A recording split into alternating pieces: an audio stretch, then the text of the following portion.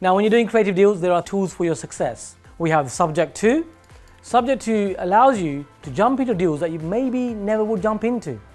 So if you're looking at something that's a little bit more scarier, or you perceive it to be scary, something that's a bit bigger than what you've normally done, something that you're unsure of, well then subject to will make that happen. Now, what is subject to? Subject to is, as the two words say, they are subject to something for you to buy that property. So you're buying a property, and in the legal contract it will say, I will buy this property subject to this particular condition being met. And you can make that condition just about anything. Now, of course, the seller's going to accept this, and over 90% of your sellers aren't going to accept it.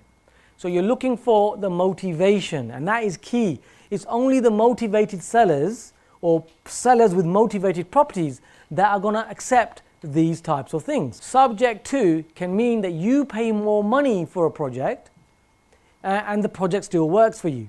In many cases, we've paid over the market value for a property, more than the seller is asking for, because what we've seen is the value in terms of what we can do with that project.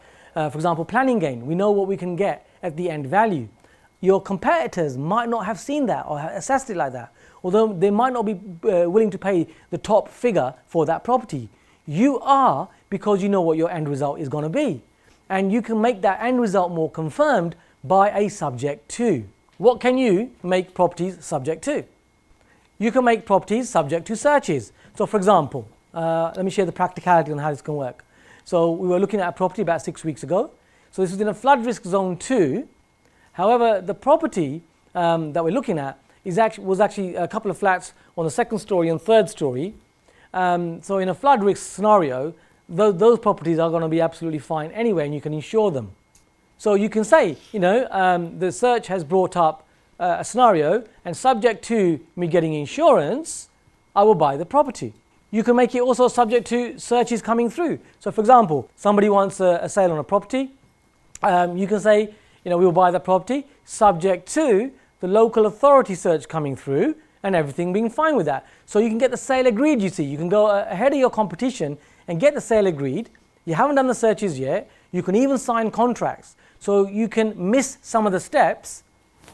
Yeah, you can go straight in and say, right, we'll even exchange subject to the searches coming through, because you need a bit of time frame for the searches to come through.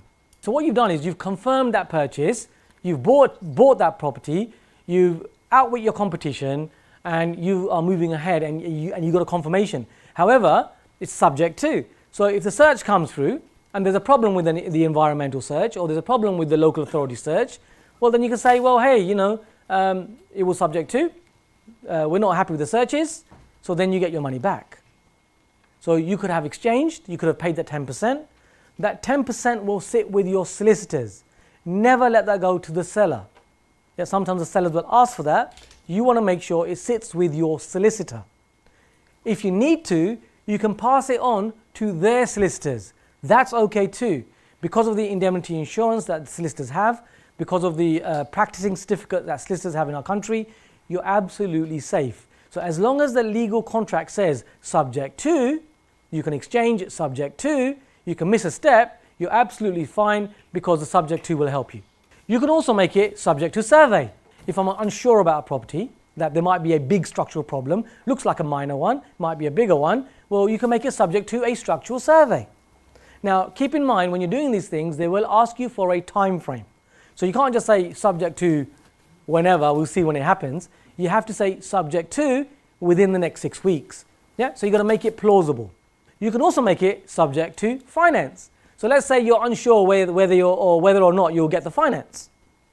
You might get a decision in principle, but you're slightly unsure. Well, make it subject to finance. And again, you put a specific time frame on there. So that might be 2 months or 3 months. I'd suggest 3 months is a good time frame for you to get your finance through, or at least know that you're going to be getting your finance through. So normally 3 months. If you get a bit more, 4 months, great. So depends on the seller, right? Depends on the deal, depends on the seller. These are all things that you're going to have to work on and sort of negotiate the time frame accordingly to every single deal. Yes. When I say 3 months, I'm talking about residential type of properties. If it's going to be more of a development, more sort of commercial finance, add a month to 2 months more to that, because you'll probably need that time frame. You can also make it subject to planning. Now this is a brilliant one. So this is where you can actually pay well over the asking price. So let's say you got a property and the price is £1.1 million. That's what they're asking for.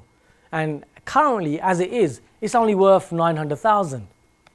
Well, you can go in and go, I'm going to actually pay £1.3 million for this. The seller's like, is this person crazy? But you say, well, I can offer that to you. And all I'm asking is that you allow me time for planning. So I require 6 months for planning. But if you give me that 6 months for planning, I'll give you well over what you're asking. So how do you make subject to actually work practically? So you don't really need to do much. It's the conveyancing solicitor that's going to be doing this. All you're doing is a phone call followed up by an email, or an email to your solicitor to say, I'm wanting to do this project. We want to instruct you as a solicitor, and we are going for this subject to scenario. Please can you make sure the contracts relay this? That's really, or words to that effect, that you are saying to your solicitor. The solicitor does the rest. With many of these ways you can create subject to, and I've shared with you a number of different ways. In fact, I've shared with you 4 specific ways on what can be subject to. I'm sure you can come up with more on the next deal that you're going to look at where this works. You can make anything subject to.